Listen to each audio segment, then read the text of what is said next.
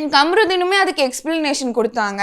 அரோரா வந்து என்னை கரெக்டாக கைட் பண்ணுற மாதிரி இருக்கு மச்சான், நீ அது பண்ணு, நீ போய் வினோத் கிட்ட பேசு, நீ இது பண்ணுன்னு என்ன டாஸ்கில் அவள் என்கரேஜ் பண்ணுறா, என்னோட பெட்டர் வேர்ஷன் அவள் வந்து கொண்டு வரா.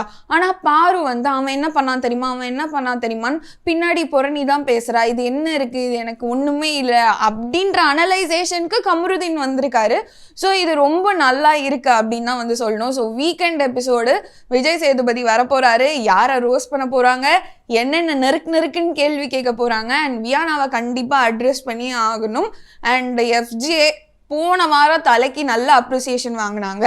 இந்த வாரம் வந்து அவர் தலையா என்ன பண்ணாரு அப்படின்னு தெரியல. ஒரு வேளை மண்டகணம் வந்துடுச்சோ, நான் தான் வந்து செகண்ட் டைம் தலையாயிருக்கேன் அப்படின்றதுனால கொஞ்சம் ஓவர் கான்ஃபிடென்ட் ஆயிட்டாரோ அப்படின்ற மாதிரி தான் வந்து தோணுது. அண்ட் எஸ், இந்த வீக் எவிக்ஷனும் இருக்கு. யார் வந்து வெளியே போவாங்க அப்படின்னு ரம்யா பெஸ்ட் பர்ஃபார்மர் வாங்கினதுனால ரம்யா போக மாட்டாங்க. பட் இப்போ